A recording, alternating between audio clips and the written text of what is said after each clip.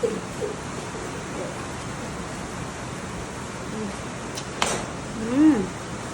natin yung coleslaw?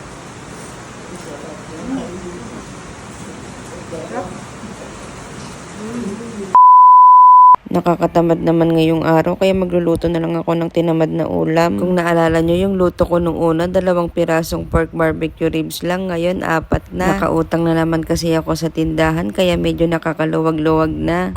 Pagkatapos ko nga balutin yung mga buto-buto ni Insan, sunod ko naman gagawin tong coleslaw. Kung dati ang ginagamit ko pang gawan ng coleslaw, ladies choice lang. Ngayon kipay na. Pero hindi ibig sabihin niya nakakaluwag-luwag na ako. Ang totoo niyan, malaki lang talaga yung nabili namin.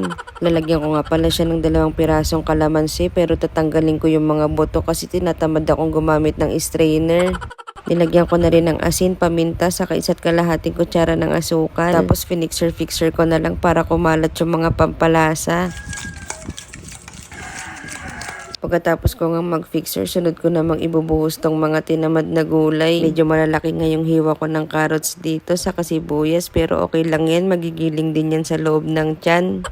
Hindi ko nga na-participate. Sobrang dami pala nung gulay. Hindi nagkasya sa bowl. Ayan tuloy, nagtapon-tapon na sila. At dahil nga tinatamad akong kumuha ng mas malaking bowl, pinilit ko na lang isiksik. Bahala na sila.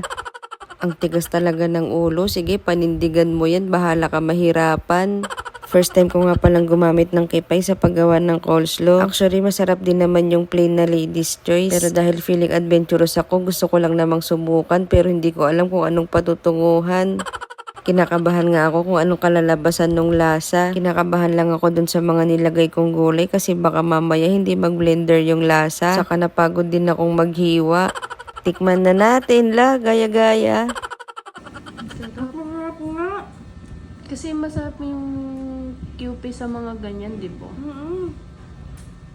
Natuwa naman ako sa kanilabasan ng lasa nung ginawa kong coleslaw. Ngayon napatunayan ko na mas masarap pala ang kipay kapag kagagawa ka nito. Lalagay ko nga pala muna siya sa rep kasi mas masarap siya pag malamig. Lalabas nga pala muna ako para utusan yung kapatid kong mag-ihaw. Siya kasi nag-request na mag-ulam nito kaya sabi ko siya mag-airport mag-ihaw. Wala din naman kasi siyang ibang ginagawa kaya inutusan ko na. Aba, hindi pwede yan. Dapat ako lang ang pabigat dito sa pamilya.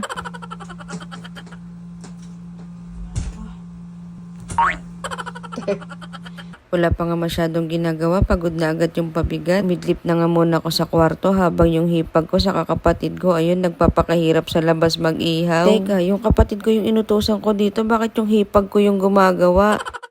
Nahiya nga ako bigla kaya bumangon na ako at tumulong na akong mag-ihaw. Noon ako nga palang vlog about sa pork barbecue ribs, niluto ko muna sa air fryer bago ko hiwain. Ihawin pala. Sinasabi ko sa inyo, napakahirap mag voice over, paulit-ulit na lang.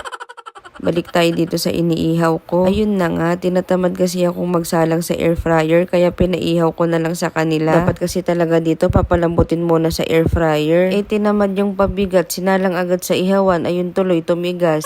Sa sobrang katamaran nga yung pinapahid na sauce, hindi na pinakuluan, ayan tuloy ang labnaw. Ewan ko sa'yo dada.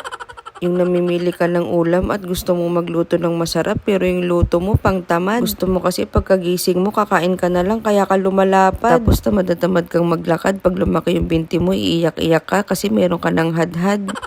Ay wow, hindi pa na kontento sa pork barbecue ribs. Naglabas pa nga ng hotdog. Tignan mo naman sa katamaran pati yata plastic ng hotdog gusto pang ihawin.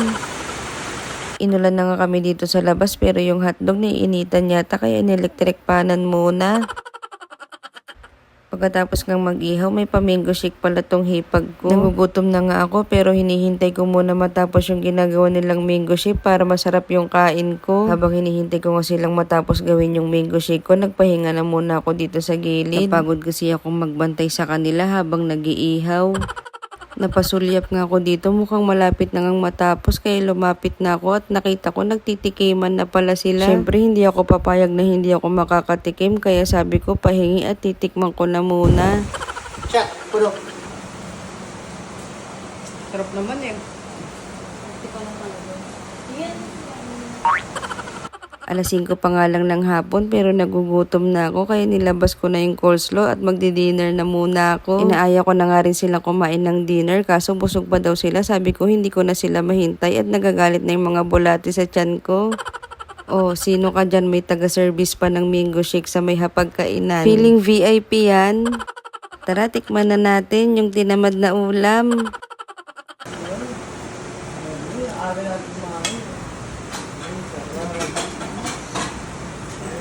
Yung mga likod boy. Uy. Pull up the bone.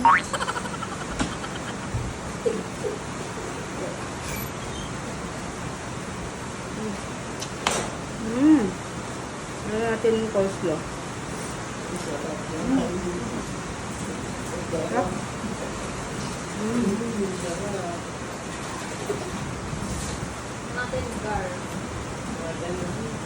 Sarap ba?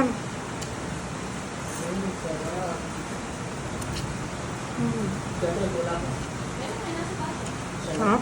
Ang review ko dito, medyo matigas nga siya. Hindi katulad kapag kasinalang muna sa air fryer. Honest review, mas masarap yung una kong ginawa. Mas masarap talaga kapag kasinipag na ulam kaysa tinamad. Ayun lang, paalam!